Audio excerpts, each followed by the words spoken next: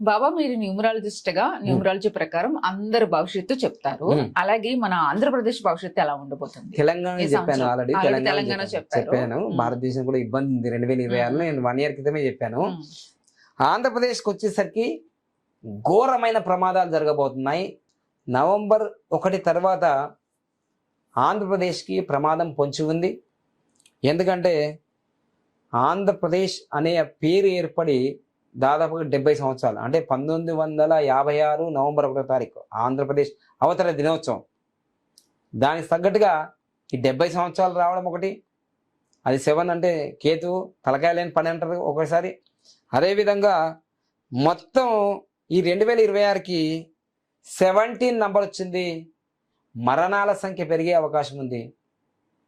మృత్యు ఘోష జరుగుతుంది, రోడ్డు యాక్సిడెంట్లు జరుగుతాయి, ప్రమాదాలు జరుగుతాయి. మొత్తం మీద అయితే మళ్ళీ పర్సనల్ ఇయర్ నెంబర్ వచ్చి 13 వచ్చింది. ఈ 2 ప్రమాదకరమైన గంట మోగబోతుంది నవంబర్ 1 తర్వాత.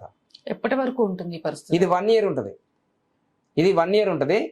చాలా మంది నేను చెప్పేది ఏంటంటే, మీరు హిందూ అయినా, ముస్లిం అయినా, క్రిస్టియన్స్ అయినా మీ దైవారాధన కొనసాగిస్తూ ఉండండి, ఆ దేవుని ప్రార్థిస్తూ ఉండండి.